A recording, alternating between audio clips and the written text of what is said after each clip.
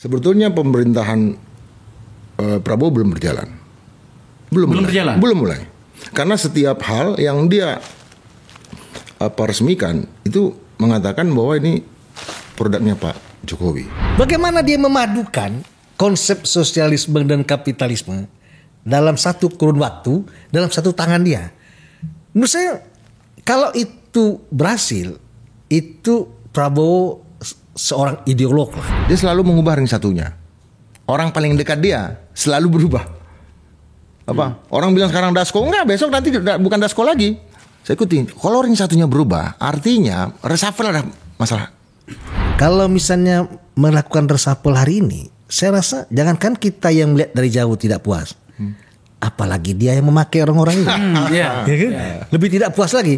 Dan ada beberapa menteri yang saya dengar itu sudah mulai tidak diacukan lagi oleh Prabowo.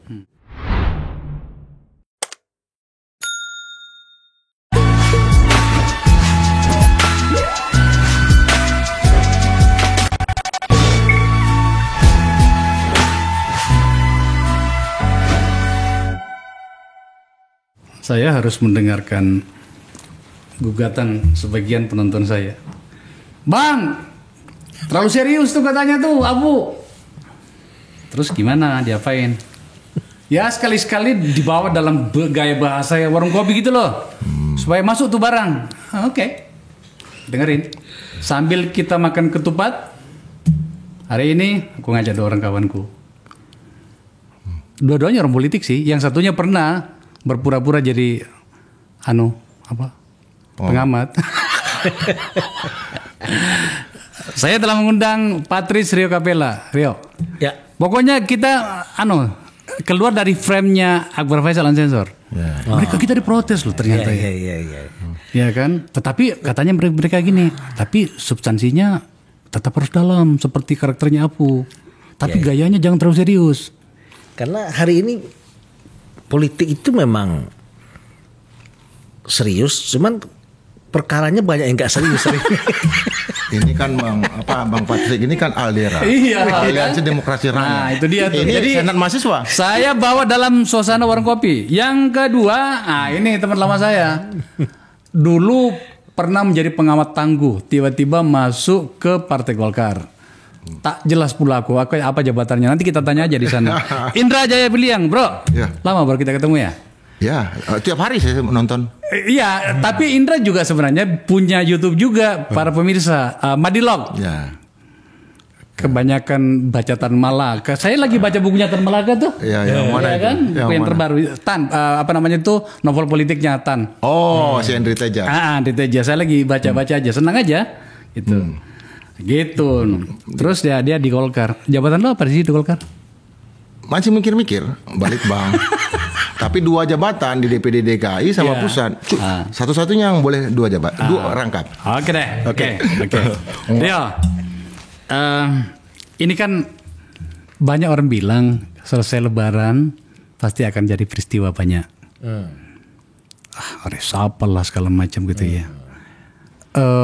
Tak pernah kita bisa mendeteksi secara jelas. Seperti biasanya lah ya.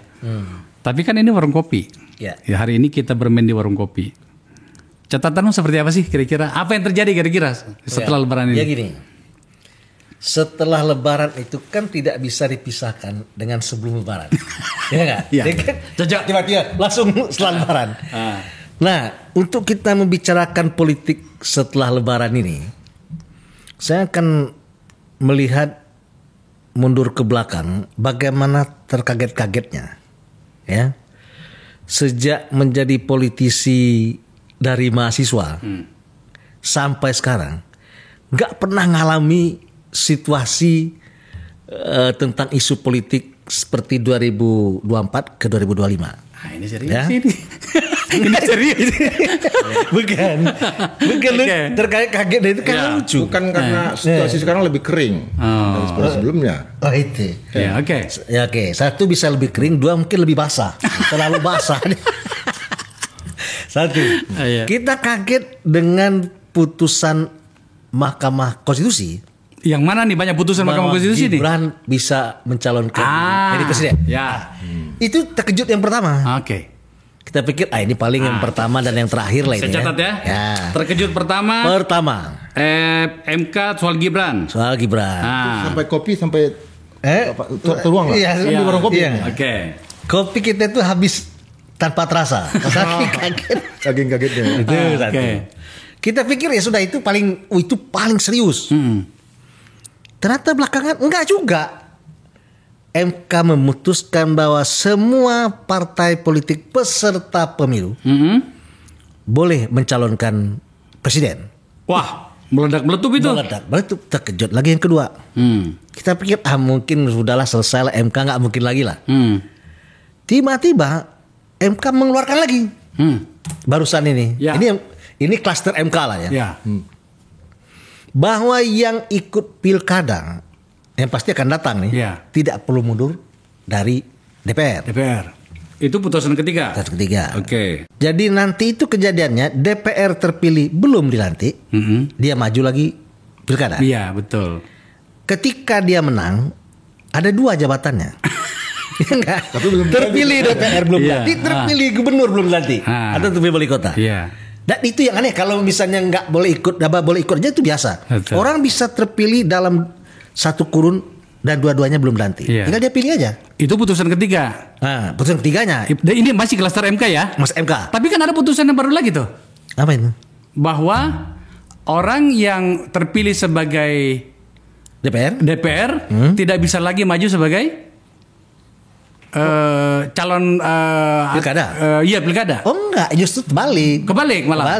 Setelah duduk di DPR terpilih, dulu nggak boleh maju, harus mundur dari DPR-nya. Iya. Baru boleh maju pilkada. Betul. Sekarang boleh.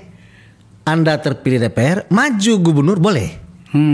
Itu yang putusan terbaru. Ya. Kalau harus mundur itu dulu, sekarang boleh. Lucu juga ya. Nah, itulah. Jadi 3 klaster itu. Kemudian berikutnya kita lagi ngopi-ngopi pagi, baca lagi media. Ada peristiwa Bangka Belitung Timah. 271 triliun. Nah, hampir 300. Oke. Wah, itu mengejutkan, 300 triliun men. Oke. Luar biasa. Gede itu ya? Gede itu. Kita pikir itu yang paling gede. Gak taunya Pertamina 1.000 triliun. Kelima. 3 kali lipat. Ini ganda supaya kita hitung-hitung ya. Ya. 5.000 triliun. Ya, 1.000 triliun. Ini ada nih. Kan? Ada 1.000 triliun. Oke. Ya. Lagi tenang, kita kira 1.000 selesai lah. Perkara ini. Tiba-tiba ada gas 3 kilo. Yang nggak ada hujan, nggak ada angin. Tiba-tiba orang kesulitan untuk masak di rumahnya karena gas nggak ada. Oke. Kita pikir sudahlah ini cuman gas 3 kilo aja sih, nggak terlalu serius. Kita lagi terkejut lagi kita. Dan antara 14.000 triliun. Terkejut lagi. Jadi hidup kita nih terkaget-kaget. Kita pikir adalah selesai 14.000 triliun. Tiba-tiba kita menarik napas lagi, turun saham katanya. Merah semua. Dan baru pertama kali terjadi 2 jam. Hingga kemudian teman-teman DPR datang ke Bursa Efek. Sepertinya ada gedung kebakaran. Lagi kebakaran di Glodok aja DPR gak datang. Itu nggak ada api, nggak ada asap. Datang rame-rame. Kampung saya. Kita nggak terkejut soal ISG-nya, nggak terkejut. Terkejut kawan-kawan kesana itu kita terkejut. Oh iya ya. Rame-rame kesana, lah memang itu ada apa? Terkejut ya. Kalau mungkin DPR-nya cuek, kita cuek juga. Ketika DPR-nya datang sana, responsif kan? Nah, tiba-tiba terkejut lagi. Kata presiden, itu kan sama dengan main judi aja itu. Lah ini mana yang serius? Ini DPR-nya saya presiden itu kaget-kaget itu yang menyebabkan hari ini kita agak gagap. Dilengkapi dong. Tanggung sebelum saya aja Indra nih. Kan masih ada lagi RUU TNI. Tiba-tiba lagi kita pikir selesai lah isu itu. RUU TNI ribut lagi, demo di mana-mana. Saya pikir itu ada soal trauma dan sebagainya. Wajar-wajar lah kita bilang. Kita lagi tentang tiba-tiba inefisiensi, semua macet. Jadi ada satu kementerian yang katanya dananya cuma ada 4,5 miliar. Oke? Ya. Kemudian ada ketakutan lagi soal bagaimana uang kuliah, uang tunggal kuliah ini murah naik. Karena kantongnya belum ada kan. Tiba-tiba menterinya dicopot sendirian, nggak ada kawannya. Jadi kita lihat gini. Yang terakhir, yang terbaru, 3 polisi ditembak mati. Semua, tapi ada satu TV ngomong yang nembak nggak jelas. Padahal orang yang nembak tuh udah ngaku dari TNI. Iya, betul. Ini kenapa kok salah satu TV terkenal mainstream nggak berani ngomong kalau itu TNI yang nembak. Bukannya institusinya, orang yang bertugas di TNI. Oke? Selanjutnya tiba-tiba ada kepala babi dikirim. Oh iya. Jadi gitu kepala babi. Kepala babi dan tikus. Nah, berikutnya setelah babi kirim tikus. Makin mengecil itu. Iya. Dari babi ke tikus. Setelah tikus apa kecoa kali ya. Oke. Tapi itu enggak terlalu. Dan babinya disuruh masak lagi. Disuruh masak. Kalau enggak itu harusnya dikirim sama bumbunya sekalian. Jadi ini bumbu. Kalau itu kan pesanan restoran itu. Jadi minta ini kan ditanggapi dengan tidak serius. Walaupun di tahun 83 di Malang jadi Suara Indonesia ya. Itu dikirimi kepala orang. Oh, Peter Rohi. Ya. Itu gara-gara mengangkat isu soal Petrus. Jadi lebih parah memang zaman dulu. Iya. Apa itu, Bang? Jelasin dikit. Dikirimi kepala orang Jadi ke dulu, kantor. Gini tuh Indra, dulu itu kan ada di masanya Pak Harto itu Petrus ya.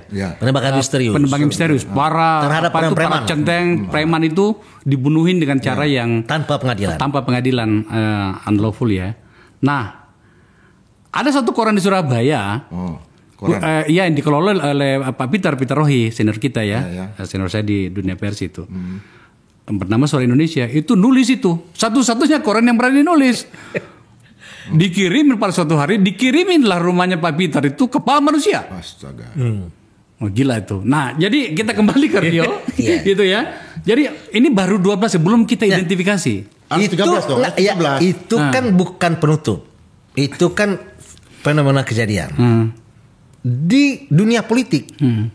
Ya. Kita melihat bahwa pada waktu buka-buka bersama itu.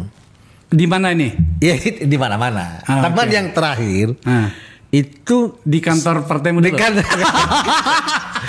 Jadi memang bagaimana tempat yang paling religius paling religius itu di sana. Oke. Buka bersama ada Ibu Puan.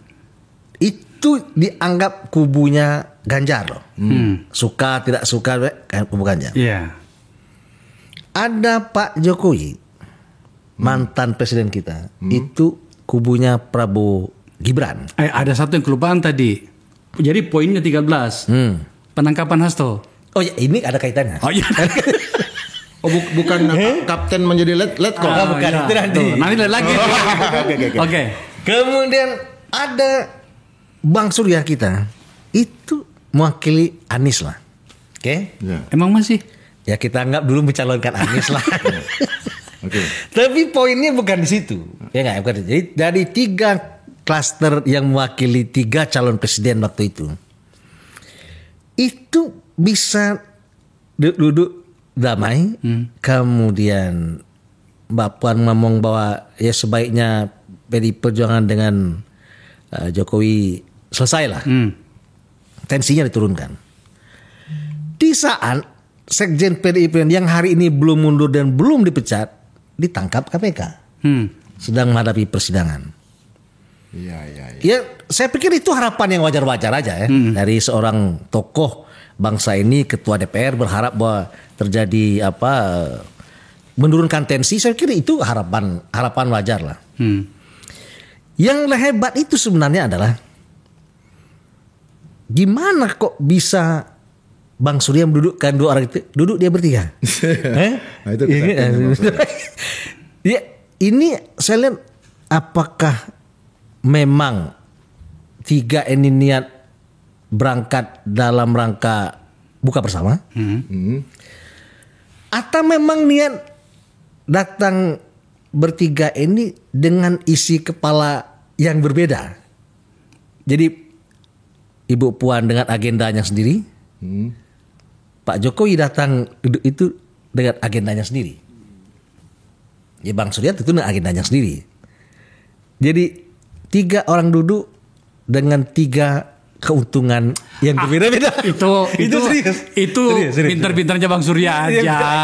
Senior kita ini kan selalu jago yang begitu-begituan tuh. Itulah kelebihannya. Jadi menurut aku sih itu Bang Surya menunjukkan jam terbang. Jam terbang. Ya. Apapun namanya. Nah, lu bisa beda. Raja Wali. Lu bisa pecah kongsi antara Jokowi dan PDIP, tapi bisa menyatu di depan Bang Surya. Ini Bang Surya juga yang menang. Itu dia. Nah, Ndra, ini saya sudah berusaha untuk tidak terlalu serius. Ternyata Rio membawanya. Serius? Banyak angka ini. 1, 2, 3, sudah 13, 14 bahkan ya. 14 poin. Artinya gini loh Ndra. Pemerintahannya Pak Prabowo ini baru bulan masuk bulan ke-6 ya? Baru bulan ke-6 Oktober. Tapi ternyata ini rangkaiannya banyak. Memang tidak semuanya terjadi di periodenya 6 bulannya Pak Prabowo ini ya. Memang sudah ada dimulai nih dari Gibran tadi dikatakan. Udahlah kita bawa dalam kajian-kajianmu di sana itu di Golkar itu, di Litbang itu, apa catatan kalau seperti ini situasinya kira-kira apa yang akan terjadi beberapa hari ke depan ini? Kalau secara pribadi ya, sebetulnya pemerintahan Prabowo belum berjalan. Belum mulai. Karena setiap hal yang dia resmikan itu mengatakan bahwa ini produknya Pak Jokowi.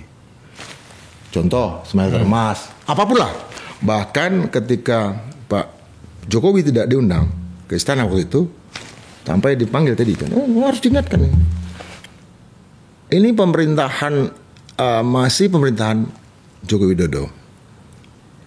Mungkin karena kesantunan ya, kesantunan. Tetapi di Amerika pun nggak seperti itu. Ketika seorang presiden dilantik, apapun pekerjaan presiden sebelumnya, mau 99%, 1% yang dia datang aja tinggal meresmikan itu udah produknya dia kan. Artinya memang yang masih berjalan ini speedometernya Pak Jokowi. Belum. Serius ini. Serius Bang? Iya serius ini. Ini sikapnya kamu Ndra atau sikapnya Golkar? Pribadi. Kalau Golkar itu, kalau Balitbang itu sikap lembaga kita serahkan ke ketua umum. Tapi kalau pribadi silahkan berpikir. Boleh itu ya. Boleh. Jadi kira-kira setelah ini ditonton oleh Bahlil, langsung wakil ketua umum. Langsung wakil ketua umum. Iya. Kenapa sampai itu terjadi? Seperti tadi ya, ketika Tan Malaka memutuskan untuk membentuk Persatuan Perjuangan dan perang gerilya, kenapa mereka tolak? Termasuk Jenderal Sudirman, karena waktu itu posisi Soekarno, Hatta dan Sahrir adalah masih sebagai orang tawanan, belum dibebaskan oleh Belanda. Kenapa mengambil posisi untuk berunding? Kata Jenderal Sudirman kan, ya mereka kan ditawan di Bangka segala macam, belum dinyata. Kenapa justru nggak meminta sebagai pembebasan dulu? Makanya Tan Malaka bikin minimum program kan, 7 program. Nah minimum program ini nggak ada dalam pemerintahan Pak Prabowo Subianto. Tidak ada perintah eksekutif sama sekali. Kita melihat memang visi yang disampaikan kita hafal ya, luar kepala. Tapi itu kan tidak sampai detail. Enggak juga, Ndra. Yang mana? Itu Danantara itu clear loh, itu punyanya Pak Prabowo loh. Dan itu sebuah keputusan berani. Oh, itu betul. Kalau Danantara memang pikiran besar. Iya. Sumitro, Joyo Kusumo. Itu murni dari tangannya. Tapi itu kan tidak ada dalam Asta Cita ya. Asta Cita tidak ada. Enggak ada. Danantara nggak ada kan Bang? Ya.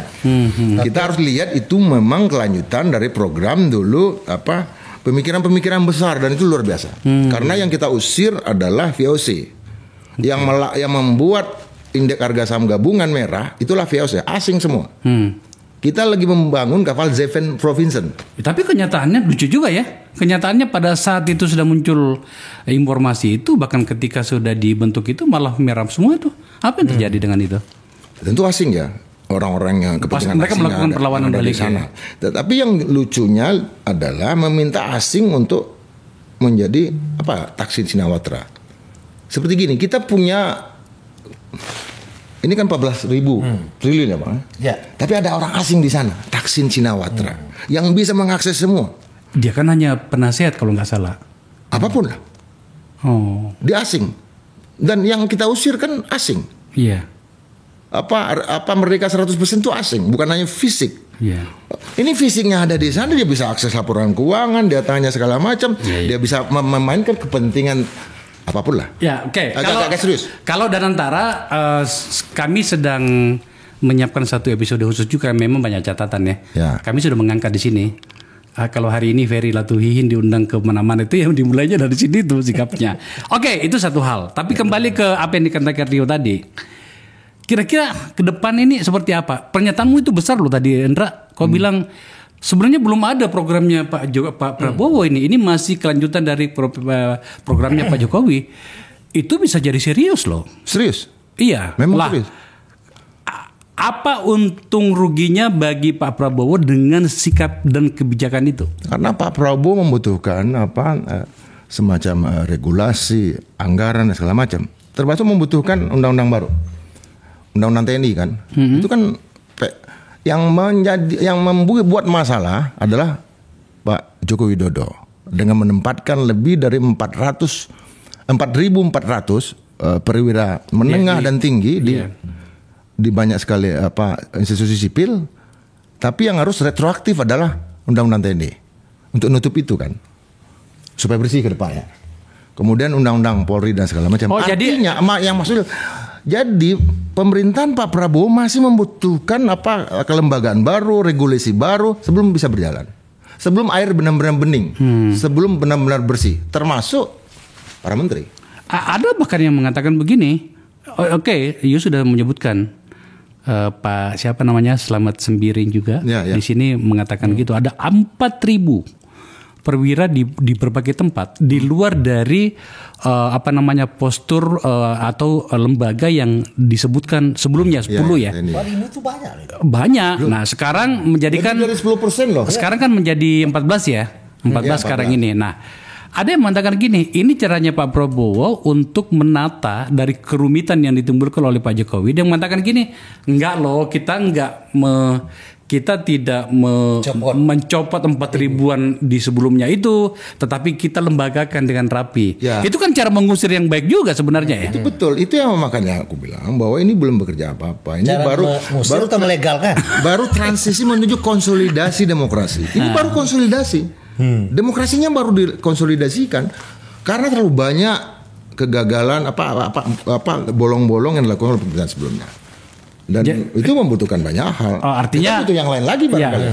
You ingin mengatakan bahwa sebenarnya Pak Prabowo ini terbebani bahkan sebenarnya. Meskipun di ruang publik kelihatannya bahwa dia sangat memberikan apresiasi kepada Pak Jokowi, tetapi dalam realitasnya sebenarnya terbebani ya. Ya, ini yang dia mau tunjukkan bahwa dalam satu waktu dia bisa melakukan banyak pekerjaan dengan cepat gitu dan tidak lelen, tidak langsung eksekusi ke tingkat fisik. Oke. Kita kan tahu kan dulu rencana IKN kan nggak ada dalam ini kan. Tiba-tiba fisiknya ada, fisiknya udah ada. Itu kan itu gaya Jokowi. Contoh yang dilakukan sebelumnya. Ini barangkali mau bisa jadi mau melakukan quantum leap, lompatan besar. Quantum leap. Karena pasca Covid kan sebetulnya kita melewati hukum kuantum. Kita nggak nyadar. Tiba-tiba kan banyak kawan kita yang lolo segala macam meninggal kan. Kita sejak Covid bangsa ini sebetulnya sudah melewati energi kuantum ini yang sekarang ingin ditata ulang. Tetapi memang kesadaran itu bahwa Pak Prabowo akhirnya juga menerima Pak Jokowi. Barangkali itu karena ilmu silat yang dia anut ya, Cimande ya. Itu satu-satunya jurus di Cimande itu yang menyembuhkan orang yang dilawan. Jurus Cimande itu enggak melukai. Dan itu yang dikuasai oleh Pak Prabowo kan asik. Dia enggak memukul tapi menyembuhkan. Kan kita kenapa sih harus pakai You don't know. Pak, mungkin apa? Dulu kan dulu rabis sampah. Kalau dia marah dulu, Pak Prabowo kalau marah pakai bahasa Inggris. Sampai hari ini untung belum menggunakan kemarahan dalam bahasa Inggris. Kalau masih berbahasa Indonesia nggak ada marah, karena Pak Prabowo sama sekali nggak seperti kita. Kemampuan berbahasa Indonesianya sama sekali berbeda dengan kita. Dia berpikir dalam bahasa Inggris.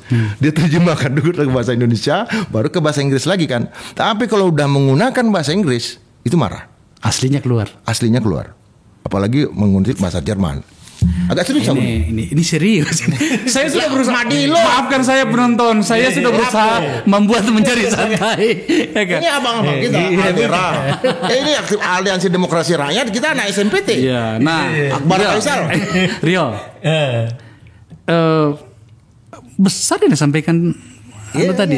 Gini. Tapi dia sudah disclaimer duluan. Ini sikap saya. Bukan Golkar.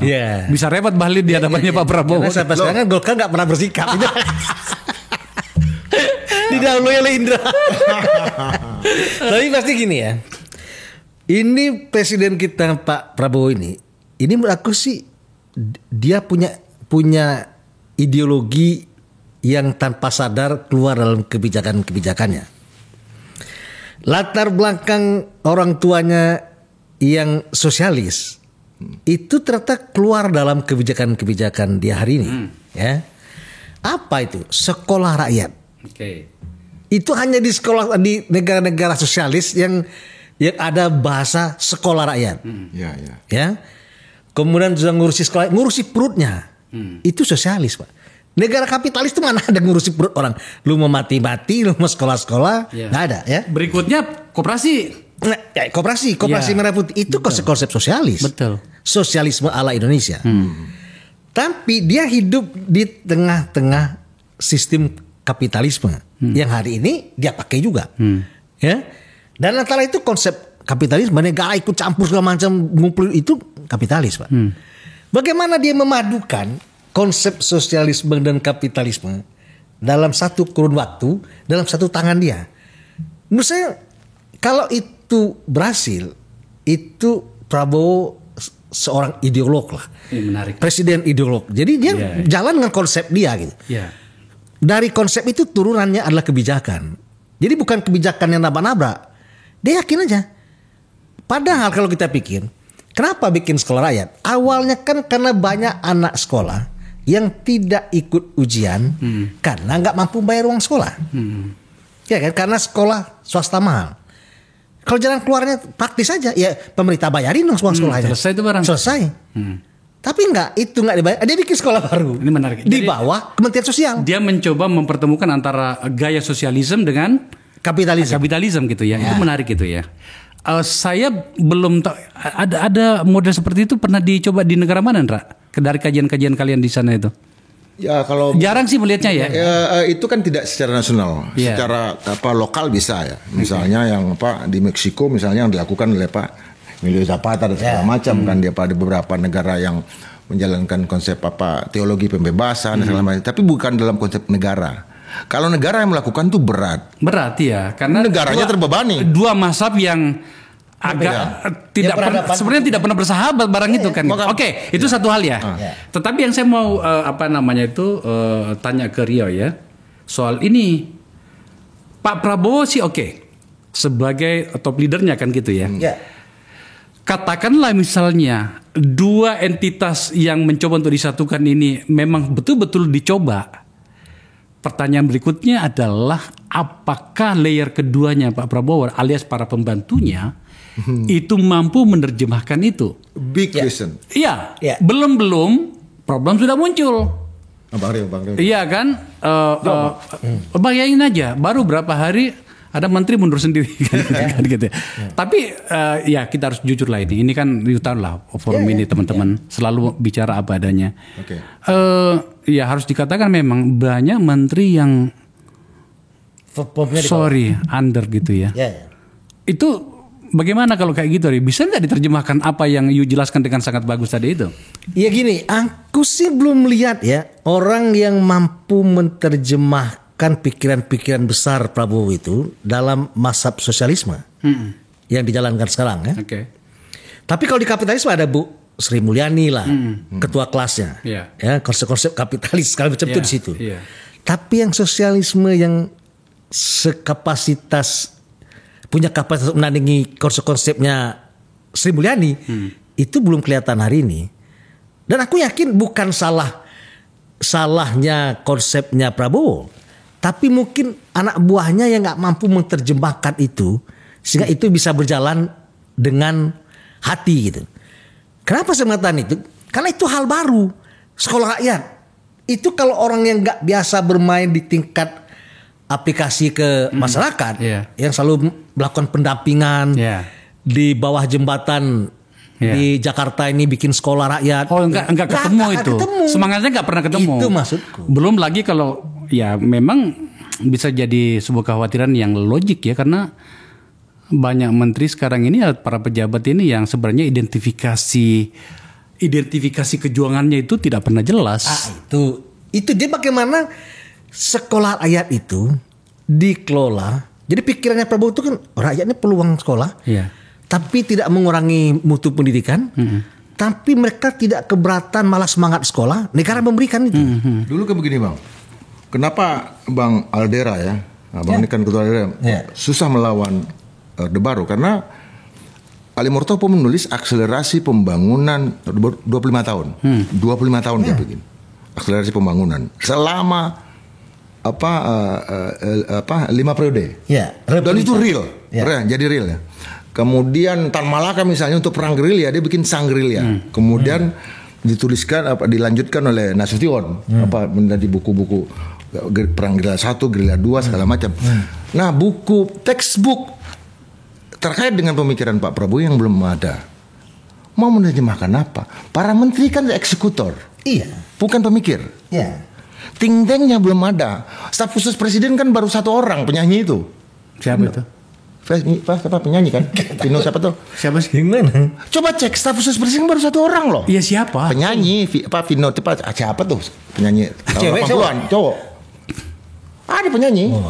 Kan staf khususnya bukan. Raffi Ahmad. No. Itu staf khusus baru penyanyi 1 orang yang kemudian pernah dipakai nyanyian segala macam, dia digugat juga. Oh ini. Yang kemarin ribut itu yang tiba-tiba menjadi direktur utama. Ivan. Bukan, dia direktur perfilman nasional. Lain lagi ya. Coba cek dalam SK ya. Jadi artinya kita belum melihat kawan berpikirnya Pak Prabowo siapa. Ya, itu tadi maksud aku. Jadi gini, think tank. Kalau Pak Orde Baru banyak. Sebenarnya kan mikirnya. Sebenarnya gini loh. Ini pembicaraan ini sebenarnya membuat kita sedih ya. Ya. Karena sendirian. Sendiri ada kawan-kawan kita yang sangat tangguh di sana seperti Fahri Hamzah sebenarnya. Harusnya itu kan bisa tapi kan ini soal kewenangan gitu ya.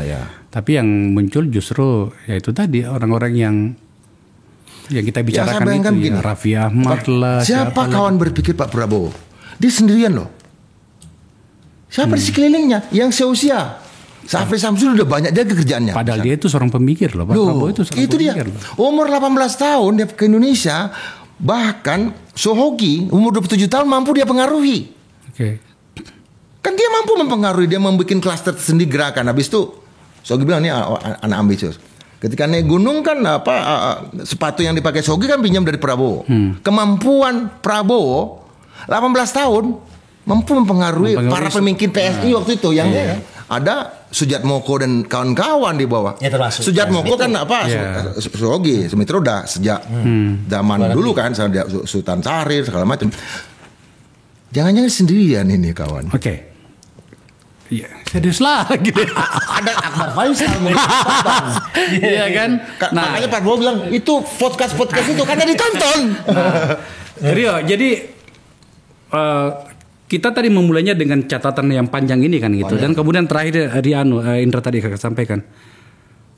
Ya kita kan nggak bisa berdiam diri membiarkan presiden kita sendirian kan. Ini bahasa yang tampaknya tonnya agak tinggi ya, tapi nggak apa-apa gitu ya. Sebab yang memang tidak tampak itu di pemerintahannya. Bagaimana kemudian Pak Prabowo harus sampai untuk urusan yang detail-detail juga harus menyampaikannya. Perbedaannya Pak Prabowo dengan Pak Jokowi itu kan itu tadi Jokowi itu sangat detail. Ya. Bahkan sebenarnya itu beberapa pekerjaan dia kelola sendiri. Ya. Gitu kan. Nah, Pak Prabowo itu mungkin karena begitu besaran masalahnya pada skala yang sudah besar, maka kamu tidak mau kan harus melibatkan banyak orang. Kembali ke laptop. Lah ini repot kalau orang-orang di sekitarnya tidak bisa memberikan supporting yang layak untuk itu, gimana Rio? Ya makanya gini. Kita coba seru sedikit ya. Ya. Sedikit aja. Ya. Jadi, Harus Pak nulis Prabowo nih, ini, mestinya. ya kan, menurut aku sih dia punya kapasitas yang di atas rata-rata ya. Baik mental, kejuangan, keyakinan dia terhadap perjuangan. Kalau dia nggak yakin, dia nggak mungkin 4 kali mencalon presiden. Itu menunjukkan dia punya mental istimewa. Gitu.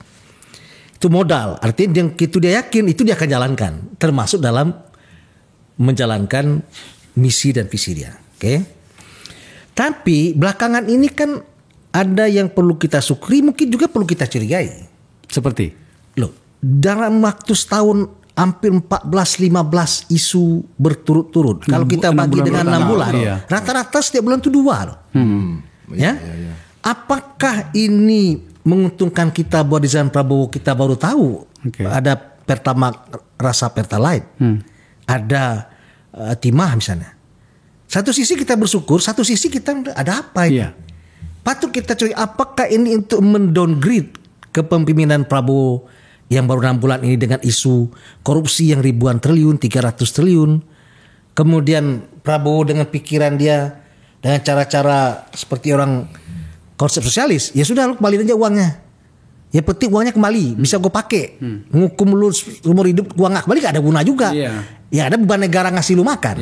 Itu konsep pikirannya praktis aja. Ngapain di itu? Belanda kan penjara kan gak ada orang. Gak ada orang kan. Di negara-negara Skandinavia kan ada kompromi gitu. Betul. Tapi kan kemudian dia diserang. Jadi akibatnya berhentilah Prabowo untuk bicara soal ya sudah kembali, nggak ngomong lagi dia. Dulu dia bilang hukum itu 50 tahun. Udah kembali belum Bang? Terus sekarang nggak ngomong lagi. Ya belum ada. Artinya kan dia nggak berani mengkomentari soal hukum, termasuk soal Pertamina. Kan apapun yang dikomentari oleh Prabowo pasti salah. Oke? Jadi dia lihat nih. Satu sisi kita syukuri, satu sisi patut kita curigai. Kenapa kita curigai? Jangan-jangan ini akan keluar lagi isu-isu yang lebih dahsyat daripada yang itu mengganggu konsentrasi Prabowo. Itu ya bukan cuma konsentrasinya Pak Prabowo, kita juga gitu kan. Sebab saya lanjutkan logikamu tadi Rio. Ya saya malah berpikir ya kalau menggunakan gaya bahasa pasar ya, mungkin dalam hatinya Pak Prabowo begini. Gimana barang ini kan? Kita baru 6 bulan sudah menerima, harus menyelesaikan cuci piring seperti ini gitu kan? Ya. Itu kira-kira ada nggak pikiran? Ya pasti dong, kan dia manusiawi. Ada kalau dengar orang yang menyampaikan itu, tapi kayaknya bukan Pak Prabowo. Mungkin kesimpulan orang yang ada di sekeliling Pak Prabowo. Kalau kita baru jadi presiden 6 bulan, menteri-menteri kita aja belum selesai dengan dirinya untuk menyusun kantor, belum selesai. Bagaimana cara menggaji, cari staf, eselon, belum selesai. Betul. Ditembak dengan tembakan yang beruntun terhadap beberapa kasus, dia bukan main-main. Yang semuanya itu menimbulkan kemarahan rakyat. Ke siapa marahnya? Zaman Prabowo lah jadi begini kita orang. Padahal itu kan akibat masa lalu, bukan itu dia, Ndra. Ya ini itu loh mas saya. Itu ya. Ketika negara ini hadir, kan sebetulnya sistemnya presidensial. Tiba-tiba muncul parlementer. Sultan Syahrir jadi perdana menteri. Nggak ada dalam undang-undang dasar kan? Jadi sekarang aku lihat kabinet Syahrir 1, kabinet Syahrir 2, habis itu Amir Syarifuddin. Sebetulnya yang kita butuhkan adalah pemerintahan Hatta ketika menjadi perdana menteri. Dia melakukan pembersihan segala macam kan. Cuma sekarang era para koboi ini, era Sultan Syahrir. Era Sultan Syahrir yang masuk kabinet itu kan orang yang nunjuk-nunjuk dirinya sendiri aja yang jadi anggota kabinet Komite Nasional Indonesia Pusat. Saya mewakili partai ini, kan belum pemilu, Bos. Katakanlah seperti itu, Ndra. Iya. Maka kemudian kita masuk pada klaster lain lagi nih yang masih berkaitan dengan diskusi kita. Ada nggak kemungkinan setelah melihat ini tadi Andrea bilang, baru 6 bulan ini pusing gue nih. Semua masalah gue ditimpikan ke gue kan gitu ya. Cuci piring gitu. Ada nggak potensi atau kemungkinan kira-kira Pak Prabowo hari-hari ini ya selesai Lebaran ini dia katakan gini, oke, para tokoh, para pimpinan parpol, saya sudah memberikan kesempatan kepada kalian, saya sudah memberikan penghormatan saya dengan cara memberikan kekuasaan ini, tapi tampaknya tidak cukup membantu saya. Daripada gua yang ngapa-ngapain, ya sudah, saya mencoba realistis. Dalam bahasa lain itu adalah reshuffle. Itu pasti. Reshuffle pasti. Karena begini, Prabowo ring satunya aja selalu berubah. Ring satunya selalu berubah. Orang mengatakan Nafa Fadlizon udah jauh sekarang. Saya ikutin Prabowo sejak dia muda ya, sangat dekat. Saya sangat dekat sama Fadli, sama Pak Prabowo sendiri segala macam. Ikut lihat tapi nggak ikut terlibat kan lihat. Dia selalu mengubah ring satunya. Orang paling dekat dia selalu berubah. Orang bilang sekarang Dasko, enggak, besok nanti bukan Dasko lagi. Oh, sebelumnya Bang Taufik waktu ngurus Jakarta kan. Sebelumnya siapa. Sampai saya ikutin. Kalau ring satunya berubah, artinya reshuffle ada masalah. Biasa. Wajar yang wajar. Dan kenapa harus dibesar-besarkan? Ini sih masalah sepele. Kan PRRI aja dilakukan kok perang, sekalipun perang damai ya. Tapi Indra tidak sesederhana itu sebenarnya. Dikaitkan dengan partai politik. Tapi partai politik terlalu banyak dapat. Menurut saya. Lah itu yang saya maksud tadi. Artinya kan kenapa harus ada dia bisa begini mengatakan gini, gue udah kasih kesempatan nih, repot gue nih. Dan kalian juga tidak cukup memberikan sesuatu yang signifikan untuk itu ya. Termasuk dengan jejaring-jejaring yang lainnya. Ya kita sebutlah misalnya jejaring Jokowi gitu ya. Saya setuju tadi bahwa tampaknya Pak Prabowo itu mencoba betul tanda petik menjadi orang Jawa dalam menghadapi kawannya yang satu ini. Tapi lagi-lagi kan ini sebuah realitas yang harus kita bicarakan. Mestinya bukan kita rakyat loh. Mestinya bukan reshuffle tapi perampingan. Itu satu hal ya. Tapi setidaknya maksud saya ini adalah manusianya ya. Manusianya ya. Ya, kira-kira dia ada potensi itu. Ya. Kayak kabarnya lu punya informasi yang agak banyak soal itu ya? Dari langit, Bang. Ya, bukan gini. Gue bayangin kalau misalnya yang jadi presiden tuh Akbar Faisal. Ya, oke. Amin. Ya. Itu nggak nunggu sampai 6 bulan udah banyak diganti. Itu dia. Ya. Artinya apa? Dan kawan pun diganti. Nggak ada urusannya kawan sama dia. Karena kau kepecat. Prabowo punya jam terbangnya lebih dari kita. Tentu cara dia ngambil keputusan pasti lebih memutar.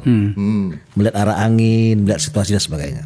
Main silat dulu. Ya, kalau misalnya melakukan reshuffle hari ini, saya rasa jangankan kita yang melihat dari jauh tidak puas. Apalagi dia yang memakai orang-orang ini. Ya kan? Lebih tidak puas lagi. Dan ada beberapa menteri yang saya dengar itu sudah mulai tidak diacukan lagi oleh Prabowo. Kalau orang bicara tentang urusan dia, salah satu menteri ngomong sudah nggak antusias lagi dia ngomong. Pada paripurna itu nggak ada pertanyaan. Itu saya nggak ada pertanyaan. Nggak membuka pertanyaan. Lah ya, kalau menteri A sudah ngomongin dia nggak antusias urusan itu lagi, wah, urusan itu aja dia nggak antusias apalagi sama orangnya kan itu. Jadi menurut aku sih, itu dia tinggal menunggu waktu yang. Jadi ingat dulu kan gitu. Jadi tadi kita sambung lagi bahwa apa yang harus Prabowo lakukan dan alami saat ini. Menurut saya yang melingkari Pak Prabowo hari ini itu apakah ideologinya sama dengan Pak Prabowo? Ada konsep-konsep sosialis yang sebagian yang jalankan. Jadi ingat dulu Pak Harto ya. Ketika Hayuno Isman jadi menteri paling muda, adalah rangkap kabinet. Hayuno masuk. Dia bilang, itu siapa? Karena umur kan. Menteri yang dia lantik dia nggak tahu Hayuno Isman. Itu siapa? Dijelaskan sama Mas Sesek. Itu anaknya Mas Isman. Oh, Mas Isman dulu yang sama-sama Menteri Golkar. Mas Isman bapaknya kan? Oh, gimana Mas Isman? Mas Ismannya dia Hayuno Isman aja dia nggak tahu karena saking bedanya. Jangan-jangan Pak Prabowo udah lupa siapa itu. Ini itu siapa tuh Pak? Itu yang menteri itu siapa? Gak bakal ingat 100 orang bos. Jangan-jangan udah lupa nama menteri yang ada di sampingnya. Belum lagi kalau memang itu seril karena masalah banyak. Belum lagi kalau memang kemampuannya ongol-ongol gitu. Nah, saya yang diingat sama Pak Prabowo kan cuma itu podcast itu Akbar Faisal dia mesti tahu. Indra bilang apa lagi? Di suatu acara, ya, aku hadir. Ya. Ada ulang tahun perkawinan lah. Kawan kita itu hadir juga. Ya. Bang, kata salaman kita. kawanmu ini menteri. Ya, ini yang aku mau jelaskan. Aku nggak tahu dia jabatannya. Kawan kita lama. Tiba-tiba kelihatan, wamen. Masuk dan aku pun nggak tahu kalau jabatan dia hari dia wamen. Itu dia. Dan nggak pernah aku baca juga. Kita pun nggak tahu. Kita nggak tahu. Lah kita berkawan. Loh kau wamen sekarang? Iya bang wamen. Apalagi rakyat kita yang apalagi Pak Prabowo loh. Apalagi itu. Waktunya cuma 24 jam. Betul. Mana dia apa lagi kira-kira gitu ya? Iya. 108 menteri itu nggak mungkin Prabowo ingat. Mungkin dia tuh nggak dibaca oleh itu. Habis itu kita ketemu lagi. Cuma kawan SMA kita, Bu. Iya. Jangankan menteri, ada menteri sampai hari ini belum pernah ketemu presiden setelah pelantikan ya, menghadap melaporkan. Itu betul. Apalagi tingkat wamen. Banyak, Bos. Dia lantik sampai waktu pelantikan itu ketemu habis itu sampai sekarang nggak pelantikan. Itu luar biasa itu. Nggak tahu kita jabatan. Jadi menurut aku sih ini bukan sesuatu yang patut dicandain. Ya nggak? Iya. Mungkin setelah Lebaran ini perlu konsolidasi ulang ya Pak Prabowo-nya. Bukan konsolidasi orangnya saja, tapi mengkonsolidasi emosi kabinet ini. Ibarat main bola lah. Mengganti-ganti orang ngapa? Mengkonsolidasi emosi pemain bola ini ya. Itu kan satu layer yang bisa kita bahas. Ya. Tapi pada realitas layer politiknya memungkinkan nggak Rio? Yang saya maksud ini adalah konsolidasi kekuatan parpol kan meskipun Pak Prabowo kuat, apalagi diakui oleh Pak Jokowi ini kuat banget nih Pak Prabowo sampai nggak ada yang berani ngeritik kan ya. Itu ada potensi itu untuk dilakukan, terutama sekali ketika harus terus-menerus berada pada platform Jokowi atau menjaga hubungannya dengan kawannya itu. Ya. Seperti apa coba? Gini, ini kalau kita ngomong bahwa Prabowo harus melakukan sesuatu yang realistis, ya, artinya apapun resiko mesti dihadapi, termasuk ketika orang-orangnya Pak Jokowi pun akan berkurang sana. Kalau kita bicara ini nanti Prabowo ngomong ada ngadu domba saya sama Jokowi kan gitu. Aku ngeliat gini. Yang sebenarnya kita sarankan ini nggak ada ngadu domba saya. Ini. Pak Prabowo sekarang masih menjalankan Bhagavad Gita, itu buku Bhagavad Gita. Padahal dia harus lakukan adalah the shifting paradigm. Itu di sampingnya itu. Baru bisa menjalankan Oicotat. Dan baru bisa melakukan anak-anak revolusi baru lahir. Itu susunan buku itu menunjukkan Pak Prabowo harus shifting sekarang. Dia harus menunjukkan bahwa saya menjalankan program saya. Betul lagi Prabowo. Iya benar, setuju saya. Tapi kan yang saya bicarakan dengan Tio tadi itu adalah realitas politiknya. Karena hari ini untuk sementara yang kita bisa identifikasi ya Indra ya Rio, bahwa Pak Prabowo betul-betul menjaga hubungannya dengan Pak Jokowi. Sesuatu yang kita pahami sih. Bahkan dalam kongres di Gerindra kan Pak Prabowo sudah mengatakan kita di sini karena bantuan dari Pak Jokowi. Menurut saya itu kejujuran yang luar biasa ya. Bahwa kemudian itu memberikan semakin menguatkan kecurigaannya di 01 dan 03. Itu adalah satu hal gitu. Nah kembali ke poin kita, itu apa tidak terlalu cepat untuk membuat sebuah barrier dengan parpol ketika memang harus dilakukan katakanlah reshuffle. Ya saya pikir kalau 6 bulan ini kan wajar dalam suatu proses uji coba dimanapun itu pasti 6 bulan pertama ya. Kelamaan. Jadi kalau misalnya Prabowo dari awal tidak terlalu cepat itu kan akan mengganggu stabilitas ya hubungan antara kekuatan Jokowi dan kekuatan Prabowo. Menurut saya sih 6 bulan itu Jokowi juga harus melihat realitas bahwa itu harus dilakukan dengan orang-orang dia yang dianggap tidak mumpuni pada posisi itu. Kan bisa bertukar posisi atau kemudian tidak dipakai sama sekali ya. Ada beberapa menteri Jokowi juga bermasalah juga. Siapa? Ya nggak usah saya sebutkan namanya. Ternyata saya sebutkan bermasalah. Kenapa saya bilang kelamaan? Karena sekarang udah ada jalan tol ke Sumatera ya. Ada kapal-kapal yang berangkat ke sini. Sekarang aja Pak, dulu kalau kita ke Sumatera bisa 2-3 kali ganti sopir. Sekarang 1 sopir aja cukup. Untuk apa ganti sopir? Tapi kan sekarang nih sopirnya ini bisnya bagus, kapalnya bagus, kalau mah sopirnya nggak tahu jalan, nggak ngerti atau masih muda. Apa yang aku sebut sebagai mediocre, social climber. Ke senior nggak tahu, pejabat eselon 1 segala macam, nggak mengerti apa-apa. Dia hanya bicara tentang dirinya sendiri. Dan melapor ke sosmed. Tiap hari 24 jam kita lihat para menteri kan. Lu ngomong tentang siapa sih Indra? Banyak. Sekalian aja. Banyak. Siapa? Raja Juli misalnya. Kalau kita lihat akun sosmednya itu, ini dia kapan ngelapornya ke presiden? Tiap hari tuh, semua yang sampai ini kan seperti kaca benggala. Tapi kan enggak apa-apa kan, Ra? Bukan. Kan bisa admin. Bisa aja admin api, tapi yang kan hubungan dengan Prabowo nih. Oh iya. Iya. Perintah dari Prabowo mana? Dan akhirnya orang melihat ini program menteri, apakah programnya presiden? Oh iya. Itu sebuah realitas juga. Yang lainnya, hal yang lainnya nih, Rio, tak lengkapin sekalian. Kata orang sih, tapi saya mengiyakan. Seharusnya kan kalau kita lihat periode Pak SBY dan Pak Jokowi ya, terutama periode pertamanya Pak Jokowi itu kan ada siapa namanya Pak JK ya. Ya. Harusnya kan Wapres itu memberikan supporting yang itu optimal kan ya. Tapi kata banyak orang justru wakil presidennya Pak Prabowo itu malah menjadi sebuah problem malah kalau kita tidak mau menggunakan kata beban. Gini, posisi Wapres itu apakah benar seperti Pak JK, apakah benar seperti Gibran, kita belum tahu juga. Mungkin bagi kalangan orang, ya Wapres itu kayak Gibran itu diam aja pokoknya, kalau disuruh baru jalan. Iya. Atau kayak Pak JK yang pada zaman SBY pertama lebih lincah ya. Kita contohkan Budiono, Ma'ruf Amin. Jadi kalau Wapres itu kan tergantung dari karakter orangnya. Pak Budiono disuruh seperti Pak JK Nggak bisa kan? Susah dia. Maka dia diam aja. Oke. Bagi SBY mungkin nyaman juga dengan Wapres seperti Budiono itu. Tapi kalau kita lihat, Pak JK harusnya membantu, seperti Pak JK harusnya membantu SBY. Tapi pertanyaan, apakah Pak SBY juga nyaman juga dengan gaya Pak JK? Ya, betul. Cocok juga. Jadi artinya bahwa tidak ada rumusan yang mengatakan Wapres itu harus seperti JK. Atau Wapres itu harus seperti Budiono. Yeah. Atau Wapres itu seperti ada Malik Gibran, gitu ya. atau ada Malik. Enggak. Mengkubono ya betul. Jadi diem pun presiden kita Wapres itu, atau nggak ada sama sekali lah Wapres itu juga nggak ada masalah. Kelihatan Pak Prabowo nyaman ya. Nyaman kan terhadap Jadi jangan kita yang merasa bahwa kenapa ini penjelasan konstitusinya. Iya. Logik bagi Prabowo nyaman aja dilihat kayak anak kecil kayak begini. Iya.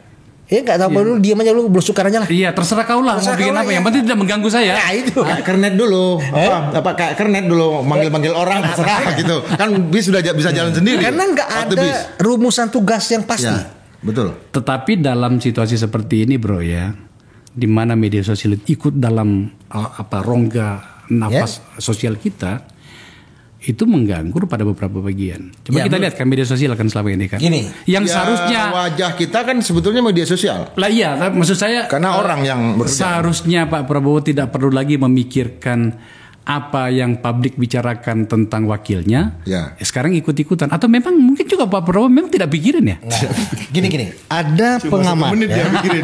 Dia ngomong 1 menit itu aja.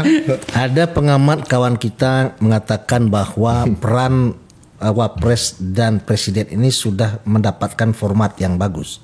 Yeah. Presiden lebih banyak bertemu dengan dunia internasional, para pemimpin internasional. Wapres kita belusukan. Yang mungkin bagi Prabowo untuk belusukan ke pasar lihat banjir cukup berat. Sehingga posisi Gibran hari ini menepati posisi yang pas. Kalau lihat dari situnya, pengamat kawan kita, menurut saya sih terlalu sederhana. Harusnya memang Gibran itu mengambil posisi bicara tentang anak muda, ya berkumpul dengan anak muda, bicara tentang masa depan mereka, bicara tentang apa posisi anak muda hari ini, apa yang bisa dilakukan dan bagaimana para pemimpin muda masa depan bisa bicara, bisa menempati posisi yang pas untuk menjalankan peran bernegara ini. Harusnya Gibran mengambil itu, ya. Sekarang anak muda kan gelisah nih setelah kuliah mau ngapain ya. Banyak anak-anak muda juga setelah selesai kuliah nggak bisa apa-apa. Tapi ada kegairahan sebetulnya dengan Pak Prabowo ya. Bedanya dengan sebelumnya. Pak Prabowo nonton timnas kita menang 1-0. Pak Jokowi berkali-kali kalah di GBK. Artinya itu dia kalau mau ketawa dong. Simbol Jawa. Itu anak muda kita bergairah kan. Pak Prabowo sekali aja nonton di menang 1-0. Pak Jokowi jangan nonton deh. Itu ini beneran orang kopi nih. Kopi lah. Tapi saya ikutin tadi Rio tadi. Ya betul juga ya. Tapi emang Gibran bisa melakukan itu? Ya. Kalau dia menjadi Wapres bisa. harusnya menjalankan peran sekedar bagaimana memberi semangat anak muda bisa dong. Kalau dia nggak bisa, dia minta konsultasi kepada Akbar Faisal dong dampingi. Yang bukan. Kita periksa ketika dia menyampaikan pidato ya, dia Pak di Magelang kan. Kan bingung orang karena yang dia pidatoin orang tua. Kan yang menang-menang kepala daerah kan. Jadi tidak ada visi selain visi Prabowo. Yang nonton Pramono Anung gini. Karena kepala daerah. Tapi mungkin yang dimaksud adalah dia ketika menjalankan fungsinya sebagai wakil presiden dalam roda pemerintahan berhadapan dengan kepala-kepala daerah. Loh, kepala daerah yang dihadapin dulu pengalamannya luar biasa. Dan dia bicara kosong. Nah, mungkin yang dimaksud dia pergi ke tempat-tempat ini kayaknya latihan basket mungkin. Setelah tayang ini kamu terancam di Golkar kayaknya kamu ini kalau kayak gini. Loh, enggak, posisi langsung naik. Golkar ini harus apa? Ini hari ini bukan Golkar ngacam Indra, Indra ngacam Golkar. Mana tahu. Aduh. Gibran kita tarik ke Gibran harus masuk Golkar dulu. Oke. Ya situasinya seperti itu ya. Nah, kalau begitu keyakinanmu perubahannya ekstrim nggak nantinya? Menurut aku sih ekstrim ya. Sekali ini karena berapa kalau kita bicara angka berapa kira-kira? Ya mungkin sekitar 30-70 lah. Karena gini, kalau itu tidak dilakukan ekstrim setelah Lebaran ini, maka Prabowo akan kehilangan banyak waktu, akan kehilangan banyak masa. Karena yang digantikan ini atau yang menggantikan ini juga perlu waktu untuk melakukan konsolidasi, ya. Jadi kalau itu 6 bulan lagi kita evaluasi lagi, udah hilang waktu setahun. Semakin berat bebannya. Jadi karena itu memang harus dipotong sekaligus mana yang perlu dirampingkan, mana yang digabungkan, dievaluasi semuanya. Tapi ini yang terakhir gitu ya. Kalaupun mengganti nanti ya kalau memang ada hal-hal yang penting untuk diganti. Tapi bicara secara format kabinet, orangnya, emosinya, strukturnya itu kita anggap selesai lah. Ini Pak, ketika membahas soal ini kita harus memasukkan faktor putusan MK loh bro. Apa yang saya maksud adalah MK itu kan memutuskan bahwa semua parpol boleh mengusung capres nantinya. Itu saja saya yakin di kepalanya para pimpinan partai atau tokoh-tokoh ini udah buka kalkulator nih sekarang ini kan. Kalau gua kesini kira-kira apa untung ruginya. Saya dengar, ini belum keluar ya. Saya dengar juga putusan Mahkamah Konstitusi tentang parliamentary threshold yang sekarang ini tampaknya masih ada kabar-kabarnya ya. Masih ada pada angka 2%, itu juga tampaknya akan dinolkan. Kalau itu terjadi maka pasar bebas bro. Dihubungkan dengan apa yang sedang kita bahas ini, maka saya tidak bisa membayangkan 2027 itu seperti apa situasinya dalam hal konsolidasi pemerintahannya Pak Prabowo. Ya, ini kan para pimpinan parpol yang masuk dalam KIM hari ini kan sepertinya dingin aja menanggapi putusan MK soal dingin aja ya atau belum? Iya. Artinya nggak ada kegembiraan, nggak ada surprise, diem semuanya. Takut. Justru kita curiga kenapa diem kan gitu. Iya betul. Iya kan? Kalau dia gembira wajar-wajar aja. Tapi diem ini semakin mereka diam berarti mereka punya hasrat yang setengah mati mereka sembunyikan. Oke? Nanti dalam proses ini kan mereka akan survei nih. Apakah Prabowo masih di atas? Kalau misalnya kesukaan para buruh di atas 80%, nggak ada yang berani nyalon. Iya. Oke. Udah kita di situ aja kembali. Situ aja. Oke. Nunggu kan cuma 2 kali ini. Betul. Habis Prabowo ini kayak siapa tahu ada apa-apa juga kan gitu nih. Pasti spekulasinya gitu. Betul. Tapi kalau lihat 2027 ketidakpuasan kepada pemerintahan Prabowo dan ketidakyakinan bahwa Prabowo bisa menyelesaikan semua agenda politik kampanyenya dalam 2027 yang sudah digerogoti dari hari ini nih kedikdayaan Prabowo yang ini, kita bahas dari yang kita bahas ini kan? ya 2027 keluarlah ini ketidakpuasan terhadap pemerintahan ini yang sibuk dengan dirinya sendiri, sibuk membolak-balik kabinet ya, sibuk baru hari ini orang sekitar Prabowo ada miskomunikasi, harus memperbaiki komunikasi. 6 bulan kok baru memperbaiki komunikasi, bukan memperbaiki negara. Betul. Ini kan rakyat nonton dia kan berpikir. Iya betul. Tanpa terasa. 2007 survei misalnya turun Prabowo. Baru keluar semuanya. Baru mereka duduk sama-sama. Jadi maksud saya 2027 itu apakah nanti KIM itu akan keluar beberapa nama presiden tergantung popularitas dan kinerja Prabowo dalam 2 tahun ini 2025 sampai 2007. Oleh karena itu Pak Prabowo jangan kehilangan waktu. Anda boleh bisa main-main tapi Anda nggak bisa main-main dengan waktu. Waktu akan terus berjalan. Setuju nggak lu sama pikirannya Rio? Ya waktu tentu penting ya. Tapi kalau menurut aku angka 70-30 itu luar biasa. Kenapa? Karena ini orang Golkar nih. Kalau kursi Golkar yang sudah ada sekarang dari 10 misalnya jadi 4, tentu goyang partai. Artinya kecuali yang terkait dengan partai-partai politik ya, itu kita serahkan ke partai. Apa moga segala macam negosiasi dengan partai karena terlanjur di awal. Yang dimaksud 70-30 ini barangkali yang terlalu independen di dalamnya. Gitu ya? Para aktivis itu kan ada masalah. Golkar dapat berapa sih di sini? Apa? Aku umum 10, aku ini apa? Dengan wamen. Banyak kali kalian dapat ya? Banyak kali. Dengan wamen semacam. Dengan wamennya, dengan menterinya ada 10. Iya, ada 10. Sekitar 10. Dan jauh lebih perform dong ketimbang yang lain. Bro, yang sebenarnya saya hubungkan dengan pembicaraan kita tadi itu dalam konstelasi untuk menuju 2029 ini tampaknya kalian itu di Golkar maksud saya belum punya calon. No, justru malah sudah hampir bulat itu ke Gibran loh. Coba lihat gerak tubuhnya Pak Bahlil gitu. Itu kalau udah perintah Kendra Pilih yang belum, keputusan kita pun belum ada. Gerak tubuh Bahlil itu, aku bilang begini, itu baru contoh. Bahlil itu kan memang begitu. Sama sejak dulu siapa yang nggak kenal Bahlil? Sama siap senior, sama yang tua dia bercanda. Memang Bahlil karakter. Tapi cium tangan Gibran di depan Prabowo itu sesuatu loh. Kalau kita cium tangan legend Purnawirawan Yunus Yosvia, ditampar kita, nggak boleh. Yang tua justru nggak boleh. Ayah saya nggak boleh itu cium tangannya. Kalau cium tangan anak yang lebih kecil kita cium kayak gini dan dia nggak sadar, yang anak kecilnya yang salah, dia merasa memang udah kulturnya dia, bukan kulturnya Gibran. Ini jawaban versi Golkar nih memang. Oh bukan. Selalu punya karena ketua umum di Golkar ini ketua umumnya nggak pernah salah.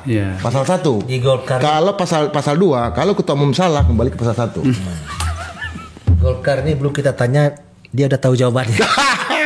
Pertanyaan belum kita siapkan. Oke. Pada akhirnya setidaknya kita memberikan signal kepada penonton kita. Ada beberapa kementerian yang sedengar-dengar. Itu tampaknya dalam radar ya. Ya. Gue yang ngomong apa lu? Pantau. Yes, lu udah ngomong.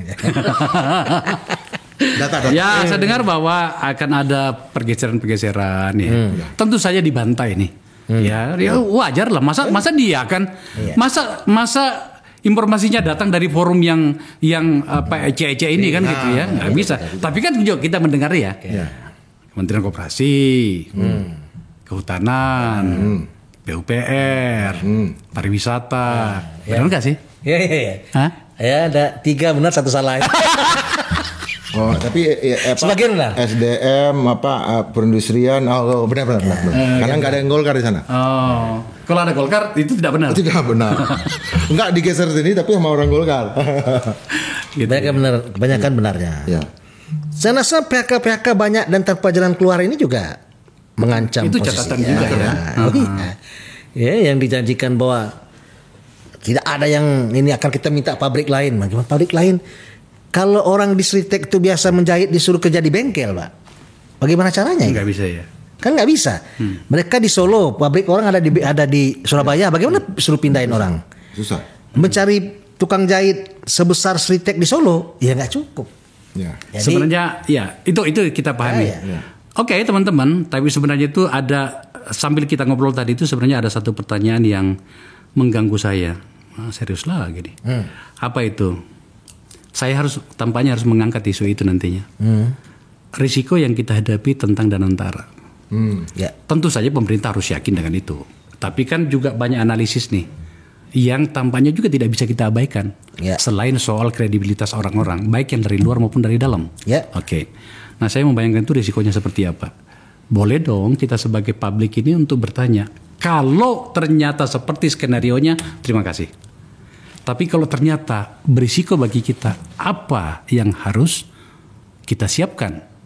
Ya. Soal pertanggungjawaban politiknya biarkanlah nantinya di election ya. Ya. Menurut kamu gimana? Nggak, saya gini ya, kekhawatiran, ketakutan, keraguan dalam melihat Danantara itu pasti Prabowo sudah punya jalan keluarnya, ya. Apakah Prabowo akan mempertaruhkan masa depan dia dengan Danantara? Itu sederhana, nggak mungkin. Ketakutan kita pasti Prabowo 1000 kali lebih takut bahwa Danantara bisa menjadi masalah atau problem bagi bangsa ini. Setuju. Ya, jadi menurut saya kekhawatiran kita itu perlu kita dengar jawabannya, tapi jangan terlalu berlebihan dalam melihat Danantara ini, karena pertaruhannya masa depan Prabowo dan masa depan negeri ini. Ya. Prabowo tidak akan mungkin main-main dengan Danantara. Tentu saja. Yang pertama kan? negeri ini dulu. Iya. Iya, makanya dia main-main dengan negeri ini sebagai seorang patriot. Sebagai orang yang sungguh-sungguh dengan keyakinan, pikiran dan jalan jalan maju Indonesia yang dia bangun. Dia nggak akan mungkin pertaruhkan itu. Bahwa kita khawatir, ya. Termasuk kalau saya lihat orang-orang yang ada di dalam itu menurut saya sih sudah selesai dengan dirinya. Ya, tidak akan juga mempertaruhkan masa depannya. Karena mereka yang ada di antara itu berlomba juga dengan waktu, berlomba untuk membuktikan bahwa Danantara ini berhasil di masa kepemimpinan Pak Prabowo. Yeah. Karena akhirnya akan jadi modal politik bagi mereka semuanya. Saya kan dulu pernah pengalaman dengan Hasanah ya. Saya pergi ke lantai 35 Petronas Tower dan bertemu dengan para direktur dari Hasanah ketika pertama kali dibentuk. Yeah. Dan rata-rata mereka masih muda. Dan diambil dari bank segala macam dengan gaji yang besar. Artinya yang kita dilihat tuh dan tokohnya memang orang politik yang dekat dengan Pak Allah kan. Udah pasti begitu di negara lain udah pasti yang dekat dengan Pak Prabowo. Yang kita harus hitung nanti adalah pekerja profesionalnya. Misalnya ada 1000 orang. Itu di mana diambil international recruitment.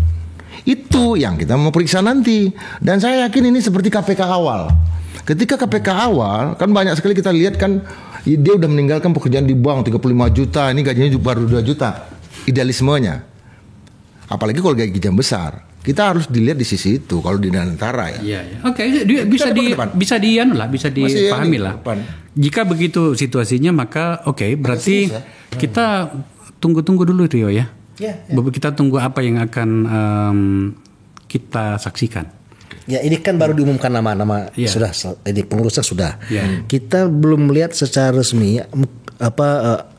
di announce oleh yang itu untuk dia akan menyampaikan ABCD gitu. Itu untuk Danantara, tapi secara keseluruhan kita lagi menunggu apa kira-kira terobosan yang akan dilakukan oleh presiden ya. Sebab tidak bisa juga kemudian kalau kita diminta untuk berpikir bahwa ini baik-baik saja. Oh iya, ya sedikit berlebihan juga itu kan, karena realitasnya loh. Tadi kita sejak dari awal kita buka pembicaraan itu sudah seperti itu. Bahwa setiap bangsa memiliki problem, tetapi kan setelah kita juga baca-baca lah ya. Skala masalahnya kok besar banget. Maka untuk itu kita tunggu ya. Sambil gini, ini masalah yang luar biasa dan harus diselesaikan dengan cara-cara yang luar biasa. Biasa pula. Betul. Itu Pak Prabowo. Tapi jangan sampai begini. Kalau orang ininya botak duluan, itu berpikir. Kalau di sini orang pinter, tapi kalau di botak semua dia pikir dia pinter. Apa maksudnya? Ketawa nggak? Ini kalau botak jadi situ dulu. Kalau di sini pinter. Tapi kalau botak dua-duanya. Kamu beruntung, Dra. Kamu beruntung karena di sini tidak ada yang dipotong. Jadi apa yang kau katakan itu tetap akan masuk juga nanti. Terlalu serius. Oke, teman-teman, thank you ya. Kita sudah ngobrol ini. Apa namanya itu? Di mana ada aku ketawa. Apa namanya?